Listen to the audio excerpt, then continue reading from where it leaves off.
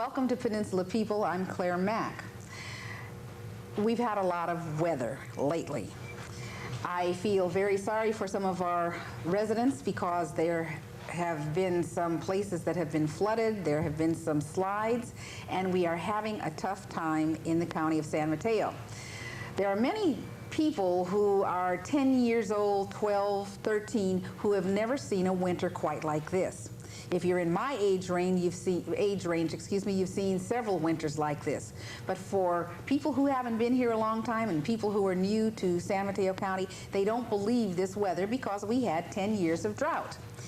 We have tough weather, and it has returned to us. Let's hope it eases up. Yesterday in San Mateo County, we were declared a disaster area by the county the county manager. One of the things I'd like everyone in our audience to get, and you're going to learn more about it, is a packet like this. There is one in the trunk of my car. I need to purchase another one to have in several other places, but you're going to learn about what's in this packet, and I'd like you to meet two people who are going to tell you more about the disaster that has taken place in San Mateo County. With us today is Pat Josias. Pat is the Emergency Services Coordinator for the City of San Mateo, and Rick Reed, who is the Public Information Officer for San Mateo Operational Area, Office of Emergency Service. Thank you both for being here. Thanks for having us. Rick, when did this happen? About what time yesterday?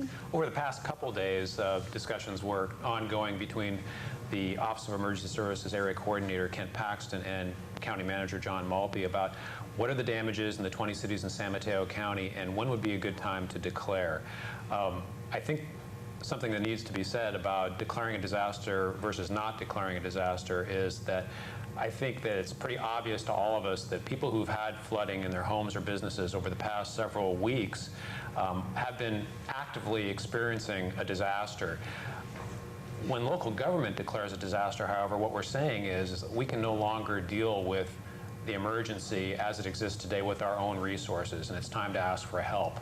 So while we recognize that people have been experiencing real disasters for several weeks now, it was only yesterday that we decided that over a 20-city area, the cumulative effect was such that we could no longer deal with it at the local level. So there are people in the Bay Area who are going to say this isn't what's going on in San Jose, this is certainly not what happened in Pajaro, this isn't what happened on I-5. So what actually has happened in San Mateo County? In 20 cities, we've got mild to moderate mudsliding and flooding going on streets, city streets, in public buildings, in private businesses, and in private homes. Not a big deal like San Jose was last week. But when you take a lot of little deals and multiply them by 20, it's a big chunk of money that we're going to need some help with. All right. So when the county manager says we're having a disaster, who do you call? We get the hard copy in our hands with the county manager's signature on it.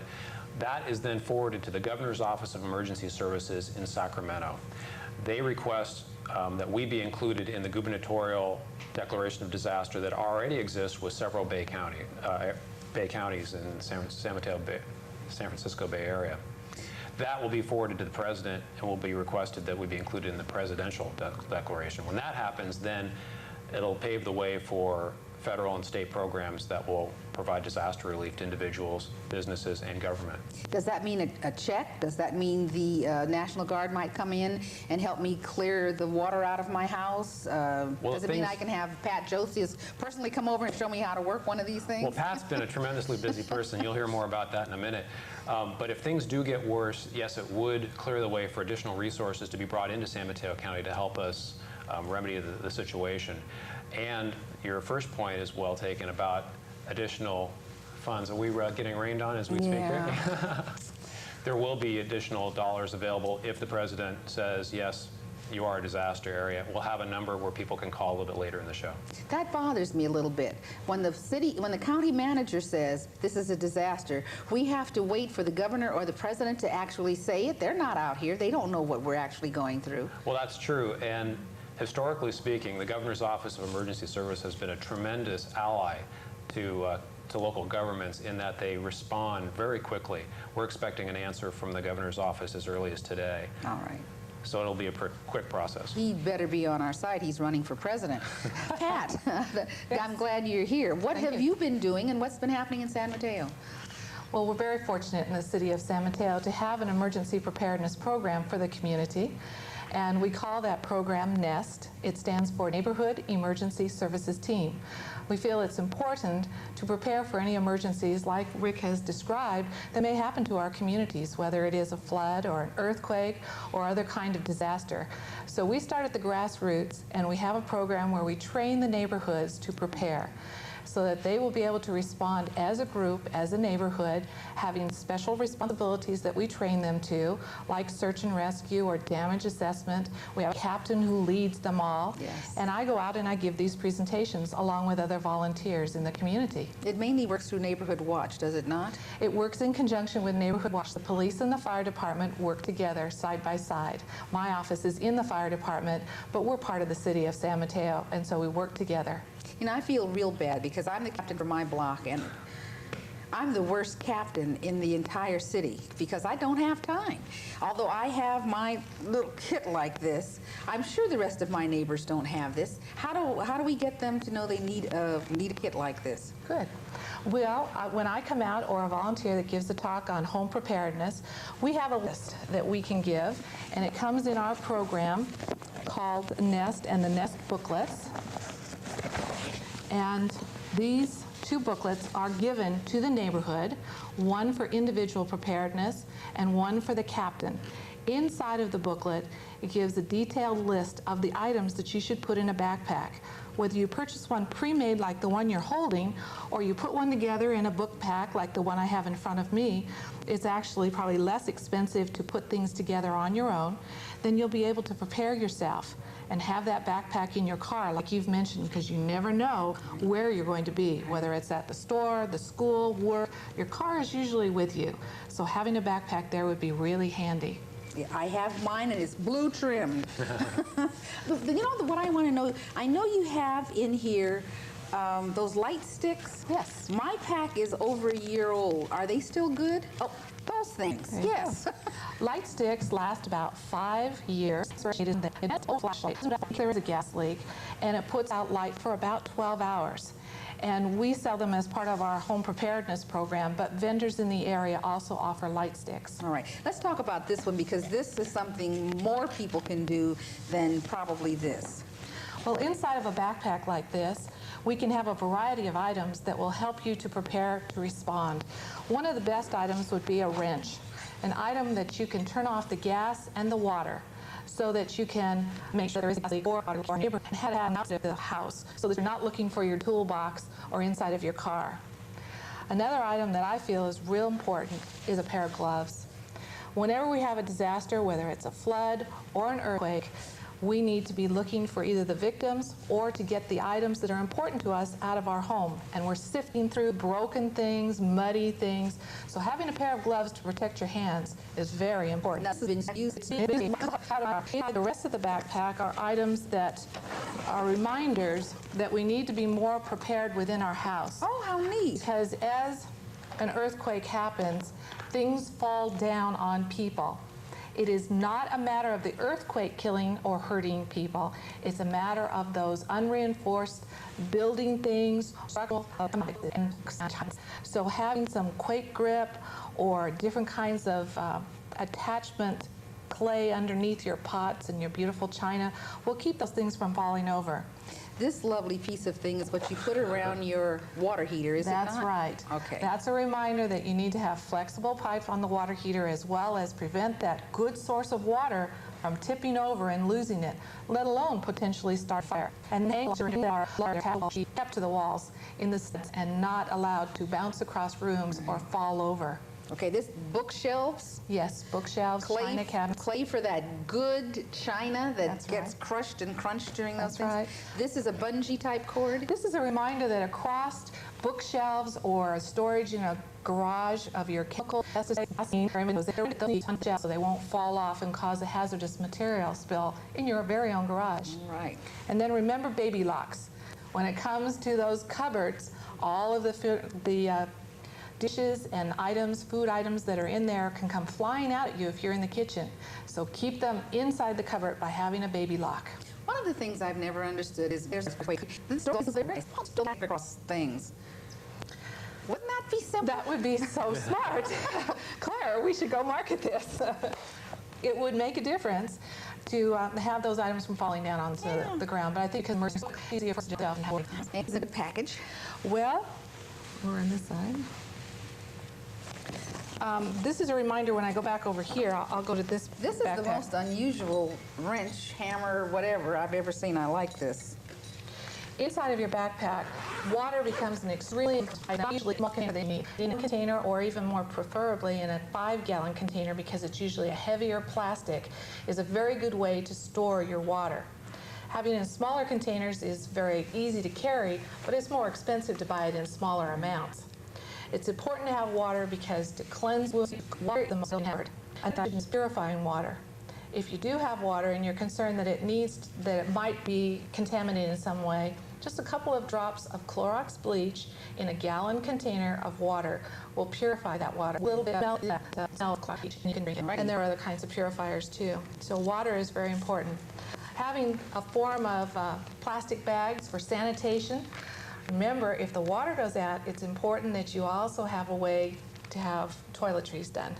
So you can use your actual toilet, put it in, but it still goes out and take it to the dump. So having plastic bags for trash as well as for the bathroom is important. In that vein, having toilet paper as well as any of your product use is important. What is important? So a portable radio or going into your car and using the car radio would be a very important source of communications.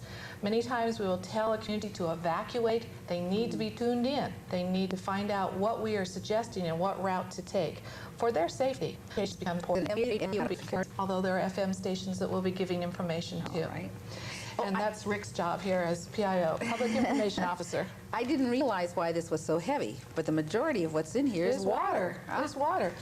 It's always said, crush alcohol. It's people in a small area, so having a deck of cards may keep those children happy. Speaking of children, don't forget the diapers, the formula, the bottles, all those important items that, and when you grab and go, you go home. Blanket, a little blanket that is very light, excellent if you ever even do hiking day hikes up along the ridges. Stick it in your back pocket, but it's so thin while you need to be out in the elements. Okay, I don't know if this can be seen. It is a reflective material. Sort of like foil. Right, okay. Sort of like foil, but it really has more flexibility than foil. And obviously, it's important that you have a first aid kit. This is a very small first aid kit. And a good first aid kit, the hospitals that you would usually work with on a little 3x5 card in your wallet or in your purse is important if we want to replace those prescriptions. Should I have opened my kit and put something like that in here? Because It's not going to take you very long through a major emergency. All right. So I always say when you've bought something prepackaged, open it up, look through it, and add to it. Or at least some your clothes, your bars, things that you and your family will eat instead of just space food. All right, I really haven't done it. And then is this a... Flashlight is another option besides the light stick, and a whistle. Aha. You're up in a building. A little give you distance that you can notify other people. I'm here. Come and get me. All right. Now, one of the things I have said is mine's in the trunk of my car. That's right. And most people who have these have them in their closet. Right. Where's a better place to have them?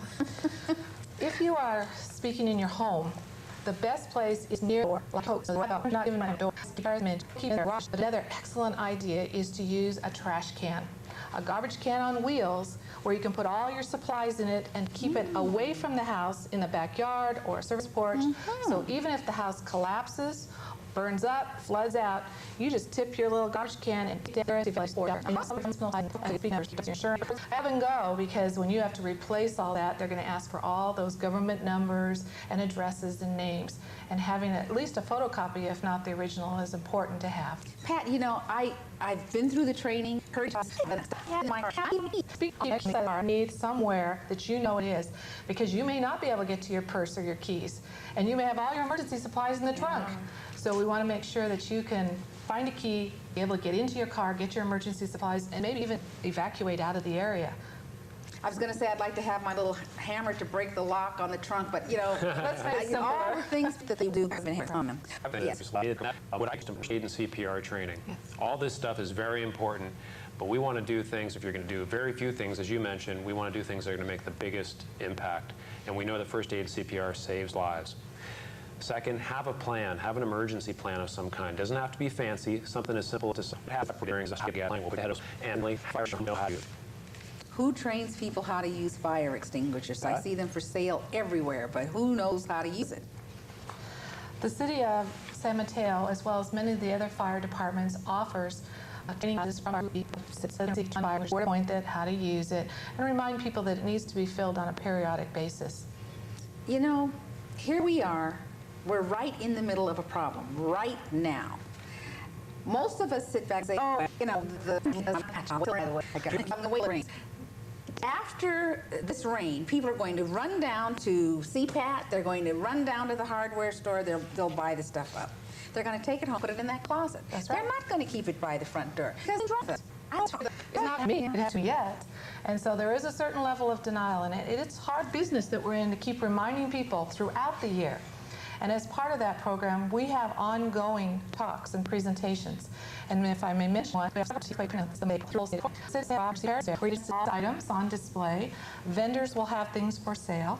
We're going to have it at the City Hall atrium, which is right in the center of City Hall, on 20th and O'Farrell in the city of San Mateo on April the 6th. Now that should be a reminder. That was the 1906 RPG, pets. What do you do with pets in a disaster? Yes. All of those kinds of things will be offered. And we have 2 other presentations too. Is it just for that? No. Right. Rick, what parts of San Mateo County are having the worst problems? All 20 cities are suffering at some level. Really? The cities of Pacifica and San Bruno declared prior to the county declaring, so I divide this area. As with other areas, mudsliding and localized flooding has been a problem in those areas, as well as the towns of Woodside. Hillsborough, we saw on TV recently, has had some sliding as well. Are they totally So fast. Okay, so I heard our city manager, public works director Arch Perry saying our pumps were just really pumping things just to keep the streets. Local governments are working on doing stuff. I can't say enough about this because I know I don't do it. I've got it, I don't do it. How much does a packet like this cost? They're selling backpacks like this for local in there, especially where things in bulk. I like to even give them away as wedding presents and Christmas presents. And I just buy a lot of toilet paper at one time and stick one in each one and give them away, and people very much appreciate it because they don't get around to doing these things themselves. On April the 17th, in the city of San Mateo at the Marina Library, we'll be giving a home preparedness talk free to the community or the other system. And as on San Mateo, for a 1-hour talk on basic home preparedness for any and all kinds of emergencies that will happen. It's a multimedia presentation, and children are more than welcome. I have special talks just for them. Excellent. Are the other stuff? One of county, Pat was able to join us today. Great. Well, that's not right though. We have to get the other cities up to speed. So what can we do? Many of the cities are conducting programs. I just happen to think that Pat is running one of the best ones. Well, no, yes. I feel very though that it's my responsibility to model and to share. So when I produce things, just like when Rick produces things at the county level, we share them with all the cities. Right. And so we have a chance to make sure that everybody is up to speed. Can people get one of the they come on up? They meet the headquarters and for residents, they're free. For non-residents, because the citizens of San Mateo paid for the publishing of these, we will charge $250 for them. All right, that's not bad.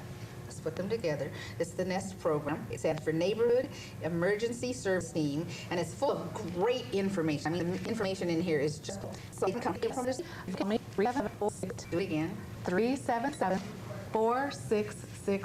Okay, that's how you can touch with Pat Josias through the NEST program. It's very important. When do you think the emergency be? That 1-800 number that we'll make available on the screen shortly, where people can call for more information to check on the status. Once they hear on local media whether or not we've been declared, once we have been declared, they can call 1-800-5